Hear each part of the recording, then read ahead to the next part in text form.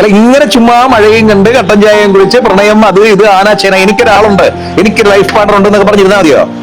ഒരു സർപ്രൈസ് കൊടുക്ക്, ഒരു ചെറിയ സമ്മാനമൊക്കെ വാങ്ങിച്ചു, ഒരു ചെറിയ മഞ്ചാടിക്കുരു പോലും എന്ത് വലിയ ഇമ്പാക്ട് ആണെന്ന് അറിയാമോ? അപ്പൊ ഞാനിപ്പം മഴ കണ്ടത് കൊണ്ട് പറയുന്നതല്ല, അല്ലെങ്കിൽ ഈ ഒരു ആംബിയൻസിൽ ഇരിക്കുന്നത് കൊണ്ട് പ്രണയം എന്നപ്പോ പറഞ്ഞതല്ല. ഇന്നലെ സംസാരിച്ച ഒരു പ്രിയപ്പെട്ട ഒരാള് എന്നോട് ഇങ്ങനെ പറയുന്നുണ്ടായിരുന്നു, എന്നോട് അയാൾക്ക് ഭയങ്കര ഇഷ്ടമാണ്, എനിക്ക് അയാളെയും ഭയങ്കര ഇഷ്ടമാണ്, ഞങ്ങൾ തമ്മിൽ നല്ല ബന്ധത്തിലാണ് പോകുന്നത്, പക്ഷെ റൊമാൻറ്റിക് അല്ല. ഞാൻ ചോദിച്ചു, എങ്ങനെയാണ് ഈ റൊമാൻറ്റിക് അല്ല നിങ്ങൾ തിരിച്ചറിയുന്നത്?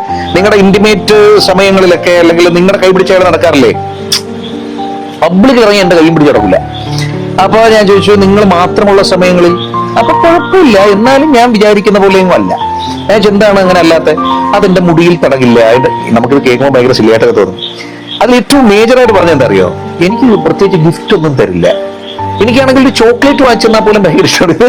അയാൾ എന്നോട് അങ്ങനെ പറയുന്നത് കേട്ടപ്പോൾ ഞാനും സ്വയം ഒന്ന് വിലയിരുത്തി നോക്കി.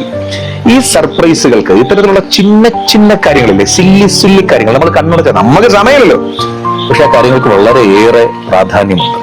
ഒരു മഴ പെയ്യുമ്പോ ആ മഴ വന്ന് മണ്ണിലേക്ക് ഇറങ്ങി അതിന്റെ പുതുഗന്ധം പെട്രിച്ചോർ നമ്മുടെ മൂക്കിലേക്ക് വന്ന് വീഴുമ്പോ നമ്മൾ അറിയാതെ നമ്മൾ ഓർത്തു പോകുന്ന ആ പ്രിയപ്പെട്ടവനെ അല്ലെങ്കിൽ പ്രിയപ്പെട്ടവളെ ഒരു കുഞ്ഞി സമ്മാനം കൊടുത്ത് സന്തോഷിപ്പിക്കാനായില്ലെങ്കിൽ പിന്നെ ആരാണ് നമ്മൾ അവർക്ക്?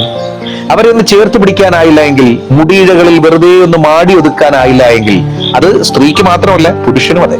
പുതിയൊരു ഉടുപ്പ് കൊടുത്ത് പിന്നെ സർപ്രൈസ് ചെയ്യിപ്പിക്കാൻ പറ്റിയില്ല എങ്കിൽ, അല്ലെങ്കിൽ ഒരു കുഞ്ഞി പൂ വിറുത്ത് നൽകാനായില്ല എങ്കിൽ, അത്തരം ചെറിയ കാര്യങ്ങളിൽ നിങ്ങൾ ഹൃദയം കൊണ്ടത് പകുക്കുന്നില്ല എങ്കിൽ പിന്നെ എന്താണ് റിലേഷൻഷിപ്പിന്റെ പ്രസക്തി?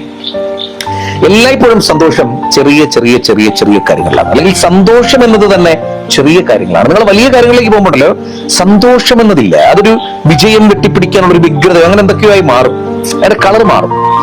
ഒരു നനുത്ത മഴ പെയ്യുന്ന സുഖത്തോടൊരു ബന്ധം നിങ്ങൾ ആസ്വദിക്കണമെങ്കിൽ 3 കാര്യങ്ങൾ നിങ്ങൾ അതിനകത്ത് വളരെ കൃത്യമായി പാലിക്കേണ്ടതുണ്ട്. അതിലൊന്ന് എൻഡ്ലെസ് ആലിംഗനങ്ങളാണ്. നിങ്ങൾ അയാളെ ചേർത്ത് പിടിക്കണം, നിങ്ങളുടെ പാർട്ണറെ നിങ്ങൾ ആലിംഗനം ചെയ്യണം. ബോഡി ടച്ചിനൊക്കെ ഒരു കൃത്യമായിട്ടുള്ള കാര്യങ്ങൾ. അപ്പൊ പലപ്പോഴും നമ്മൾ ഡിസ്റ്റൻസ് റിലേഷൻഷിപ്പിലാണ് ഞങ്ങൾ അങ്ങനെ കെട്ടിപ്പിടിക്കുന്നവരുണ്ട്. ആകെ പറഞ്ഞല്ലേ, നിങ്ങൾ അതിനുള്ള വഴി കണ്ടെത്തുമെന്ന് എനിക്കറിയാം. രണ്ടാമത് നമ്മൾ ചെയ്യേണ്ടത് സർപ്രൈസിംഗ് ദമാണ്. അവർ തീരെ പ്രതീക്ഷിക്കാത്തിടങ്ങളിൽ സന്തോഷങ്ങൾ നമ്മൾ അവർക്ക് പ്രൊവൈഡ് ചെയ്യുക എന്നുള്ളതാണ്. 3 അവരോട് ജെനുവിനായിരിക്കുക എന്നുള്ളതാണ്.